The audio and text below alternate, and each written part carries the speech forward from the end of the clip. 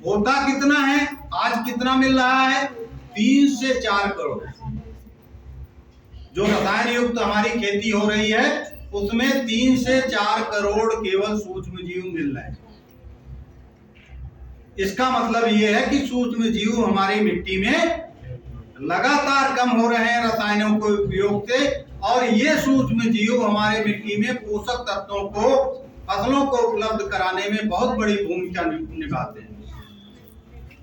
तो इन सूक्ष्म जीवों को बढ़ाना है और जीवामृत का उपयोग करने का, और घन जीवामृत उपयोग करने का अर्थ ये है कि इसमें सूक्ष्म जीव बहुत ज्यादा हैं, और जब हमारी मिट्टी में सूक्ष्म जीव बढ़ेंगे हमारी फसल में आच्छादन रहेगा।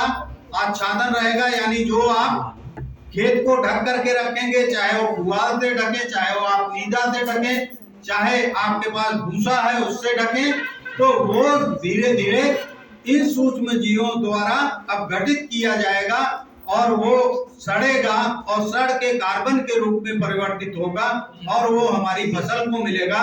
कार्बन ही नहीं, उसमें ढेर सारे हमारे पोषक तत्व होंगे जो हमारी फसलों को प्राप्त होंगे।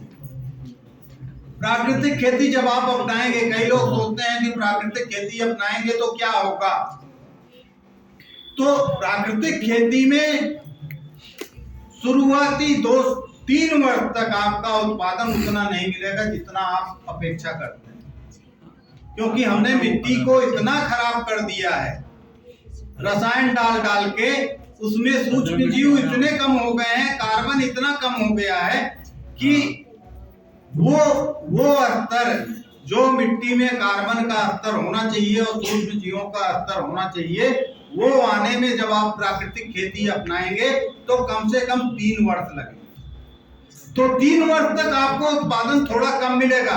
इसलिए मैं नहीं कहता कि पूरे आप सारे खेतों में प्राकृतिक खेती करना शुरू कर दें, ऐसा ना करें। श्रीलंका में यही हुआ।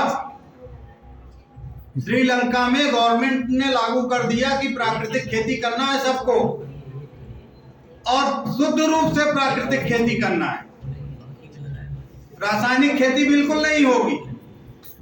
उसका परिणाम यह हुआ कि श्रीलंका भुखमरी के कगार पे आ गया, दिवालिया हो गया, राष्ट्रपति भग गए उनके, क्योंकि उत्पादन एकदम से कम हो गया। तो अपने को ये नहीं करना है, इसलिए थोड़े थोड़े क्षेत्र, पहले एक खेत सुधारें, लगातार उसमें 2-3 वर्ष तक करें, जब उसमें उत्पादन अच्छा मिलने लगे साथ ही साथ फिर दूसरे खेत को अपनाएं, फिर तीसरे को अपनाएं, धीरे धीरे रासायनिक खेती को छोड़ें। ऐसा नहीं कि ये एक साथ केवल प्राकृतिक खेती ही चालू कर देना, ऐसा नहीं करना है।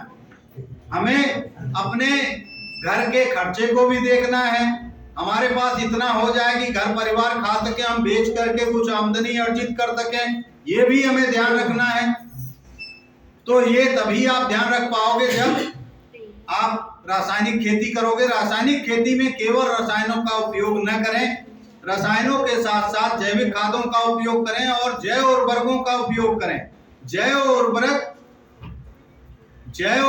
जो है बहुत ही फायदेमंद है। आज के समय में जैविक खाद किसान भाई बना नहीं पाते, जैविक खाद किसान भाई बना नहीं पाते, लोगों के पास गोबर कम होता है, खाद की कमी रहती है, इतनी खाद आप नहीं डाल सकते, क्योंकि 1 एकड़ में कम से कम 3 से 4 टन जैविक खाद यदि आप डालते हैं तब जाकर के 1/3 पोषक तत्वों की वो पूर्ति करता है, बाकी 2/3 आप रासायनिक से डालें।